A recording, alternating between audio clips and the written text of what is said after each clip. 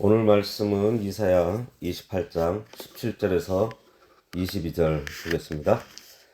나는 정의를 측량줄로 삼고 공의를 저울추로 삼으니 우박이 거짓의 피난처를 소탕하며 물이 그 숨는 곳에 넘칠 것인즉 너희가 사망과 더불어 세운 언약이 패하며 스올과 더불어 맺은 맹약이 서지 못하여 넘치는 재앙이 밀려올 때에 너희가 그것에 밟힘을 당할 것이라. 그것이 지나갈 때마다 너희를 잡을 것이니 아침마다 지나가며 주야로 지나가리니 소식을 깨닫는 것이 오직 두려움이라. 침상이 짧아서 능히 몸을 펴지 못하며 이불이 좁아서 능히 몸을 싸지 못한 같으리라 하셨느니라. 대저 여호와께서 브라심 산에서와 같이 일어나시며 기브온 골짜기에서와 같이 진노하사 자기의 일을 행하시리니 그의 일이 비상할 것이며 자기의 사역을 이루시리니 그 사역이 기이할 것임이라. 그러므로 너희는 오만한 자가 되지 말라. 너희 결박이 단단해질까 하노라. 대저 온 땅을 멸망시키기로 작정하신 것을 내가 만군의 주 여호와께로부터 들었느니라. 오늘 말씀의 제목은 너희는 오만한 자가 되지 말라입니다. 어제 16절에서는 오만함으로 하나님의 말씀을 업신여기며 받아들이지 않는 유다의 지도자들에게 살아있는 기초돌을 보내셔서 심판하실 때에 하나님을 존중히 여기며 하나님의 말씀에 반응하여 순종하는 자들은 당황하지 않으므로 다급하지 않을 것을 말씀하셨습니다. 오늘 말씀은 하나님께서 공의와 정의로 세상을 다스리시는데 행한 대로 심판하실 것을 말씀하시면서 오만하지 말 것을 권고하시는 말씀이에요. 17절 나는 정의를 측량줄로 삼고 공의를 저울추로 삼으니 우박이 거짓의 피난처를 소탕하며 물이 그 숨는 곳에 넘친다 그랬습니다. 여기서 줄은 길이를 재고 수평을 이루는지 측정하는 목수의 다림줄을 말하고 저울추는 무게를 측정하는 것으로 모두 기준을 제시하는 도구들입니다. 따라서 이 말씀은 여호와께서 사람들의 행위를 공의에 근거한 정확한 기준을 가지고 판단하시고 보응하시겠다는 뜻이에요. 이 기준은 하나님의 말씀입니다. 우박이 거짓의 피난처를 소탕하며 물이 그 숨는 곳에 넘친다 그랬어요. 우박이 쏟아질 때나 물이 범람하여 흙탕물이 쏟아져 들어올 때에 피할 수 없는 것 같이 주님께서 공평과 정의로 심판하실 때에 어느 누구도 피할 수 없다는 것을 말합니다. 여기서 우박과 물은 하나님께서 심판의 도구로 사용하신 아수르를 가리켜요. 그리고 피난처나 숨는 곳은 남유다가 의지했던 애굽을 가리킵니다. 이 말씀은 15절에서 오만한 자들이 자기들의 방법으로 여호와의 심판을 피할 수 있다고 말한 것에 대한 반박입니다. 범죄한 남유다가 하나님의 징계를 절대로 피할 수 없다는 것을 말하고 있고요. 하나님이 아수르를 통해 남유다를 심판하실 때 그들이 믿고 의지했던 애굽이 거짓 피난처라는 것을 깨닫게 될 것을 말합니다. 18절 너희가 사망과 더불어 세운 언약이 패하며 수월과 더불어 맺은 맹약이 서지 못하여 넘치는 재앙이 밀려올 때에 너희가 그것에게 밟힘을 당할 것이라.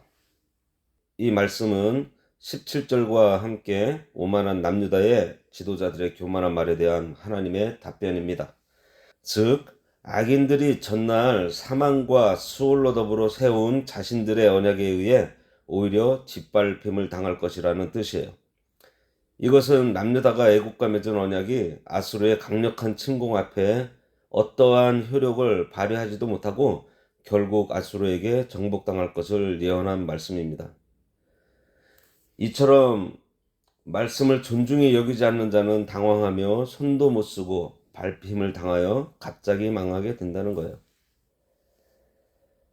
19절 그것이 지나갈 때마다 너희를 잡을 것이니 아침마다 지나가며 주야로 지나가리니 소식을 깨닫는 것이 오직 두려움이다. 이 말씀은 아수르의 침공이 아주 빈번하게 일어날 것을 표현하고 있습니다. 역사적으로 볼 때 남유다는 사르곤 2세 때에 한 번, 사네립에 의해 2번, 에사라돈에 의해서 4번, 또 아수르 바니팔에 의해서 2번 침입을 당해서 총 11번의 침략을 당했고요. 그로 말미암아 많은 백성들이 죽었고 포로로 잡혀갔었습니다. 이처럼 하나님의 말씀을 업신여기며 저버리는 사람에게는 하나님의 엄중한 심판이 있다는 거예요. 소식을 깨닫는 것이 오직 두려움이라고 했는데요. 이것은 이사야 선지자가 전하는 하나님의 경고를 조롱하면서 무시했던 남유다의 지도자들이 실제로 이사야가 예언한 대로 심판이 임하게 되자 여호와께서 그들을 심판하시는 그 섭리를 깨닫게 되면서 두려움에 사로잡히게 될 것을 말하고 있습니다. 근데 왜 두려울까요? 그것은 기회를 놓쳐버렸기 때문입니다. 그동안 그렇게 이사야를 통해서 기회를 주셨는데 이제 회개할 수 있는 기회가 지나가 버렸어요. 결국 심판을 받을 수밖에 없게 된 것입니다. 예수님께서 다시 오셔서 심판하시기 전까지 믿음을 가질 기회가 있어요. 하지만 예수님께서 재림하신 후에는 그 기회가 다 지나가 버립니다. 결국 어떻게 돼요? 심판만 기다리게 된다는 것입니다. 20절 침상이 짧아서 능히 몸을 펴지 못하며 이불이 좁아서 능히 몸을 싸지 못한 같으리라 하셨느니라. 아수르의 빈번한 침공으로 인해서 남유다 백성들의 평안하지 못한 사정을 비유적으로 표현한 것으로 하나님의 말씀을 업신여기고 조롱하며 오만했던 자들이 이런 신세가 된다는 말씀입니다. 키가 큰 사람이 침상이 짧아서 다리를 펼 수 없어 쭈그리고 누워서 고생하는 것과 같고 이불이 좁아서 덮으나 마나하여 추위에 떨게 되는 것과 같다는 말씀입니다. 이것은 하나님의 긍휼없는 심판을 표현한 거예요. 이는 여호와 하나님을 떠나서 말씀을 무시하고 오만했기 때문입니다. 이처럼 하나님의 말씀을 업신여기며 떠난 자는 피할 곳도 없고 자기 몸을 가릴 것이 하나도 없다는 거예요. 그러니 성도인 우리들은 하나님 앞에서의 교만은 긍휼없는 심판을 받게 되는 범죄라는 것을 깨닫고 스스로 겸비하면서 오직 겸손한 마음으로 하나님의 말씀에 순종해야 할 것을 본문을 통해서 배우게 됩니다. 21절입니다. 대저 여호와께서 브라심 산에서와 같이 일어나시며 기브온 골짜기에서와 같이 진노하사 자기의 일을 행하시리니 그의 일이 비상할 것이며 자기의 사역을 이루시리니 그의 사역이 기이할 것임이라. 이것은 이스라엘 역사에 나오는 사건입니다. 사무엘하 5장 20절에 보면 부할 바리심이라는 곳에서 이스라엘이 블레셋을 쳐서 큰 승리를 한 일이 있어요. 오늘 본문의 브라심산은 거기에 나오는 바알 브라심산을 가리키는데요. 이 산에서 다윗은 하나님의 도우심으로 블레셋을 물리쳤습니다. 또 기브온 골짜기에서와 같이 진노한다고 하신 것은 여호수아 10장 10절에서 15절까지에 보면 여호수아가 기브온 골짜기에서 아모리 족속을 칠 때 하나님께서 큰 능력을 주신 사건이에요. 이는 태양이 머물고 달이 기울지 않도록 하여서 악의 무리 아모리 족속을 완전히 진멸하도록 하신 사건을 말합니다. 그래서 본문은 그날처럼 철저하게 하나님께서 심판하시겠다는 의지를 보여주고 있어요. 그러니까 사람이 도저히 생각할 수 없는 방법으로 철저하게 심판하시겠다는 것입니다. 이 말씀은 전에 여호와께서 자신을 업신여기던 이방 세력들을 철저하게 물리치신 것처럼 여호와를 업신여기고 오만해진 남유다를 반드시 응징하실 것을 말하신 것입니다. 이러한 여호와의 심판, 곧 선민인 남유다 백성들에 대한 심판은 그들에게 비상한 일로 여겨지게 될 것이지만 사실 그 비상한 일을 야기시킨 것이 곧 남유다의 비상한 행동들에 의한 것임을 알아야 돼요. 비상하다는 것은 기이한 것을 말하는데요. 하나님께서 자기 백성에게 원수를 보내서 치게 하시는 일이 기이하고 상식적이지 않다는 것입니다. 이사야 63장 10절에 보면 그들이 반역하여 주의 성령을 근심하게 하였으므로 그가 돌이켜 그들의 대적이 되사 친히 그들을 치셨더니 그랬습니다. 이는 사랑하는 자기 백성을 하나님께서 도와주시지 않고 도리어 원수를 보내서 치게 하심으로 참으로 기이하게 보였던 사건인 것입니다. 22절 그러므로 너희는 오만한 자가 되지 말라 너희 결박이 단단해질까 하노라 대저 온 땅을 멸망시키시기로 작정하신 것을 내가 만군의 주 여호와께로부터 들었느니라. 이 말씀은 하나님의 심판에 대한 경고를 가볍게 여기면 그 심판의 강도는 더욱 강해질 것이기 때문에 하나님의 경고에 대해 즉시 회개하고 돌이키라는 권면입니다. 하나님의 말씀을 가볍게 여기며 오만하면 단단하게 결박당해서 자유를 잃어버리게 된다는 말씀이에요. 어느 사회나 그 사회의 지도층이 부패하면 그 사회는 무너질 수밖에 없습니다.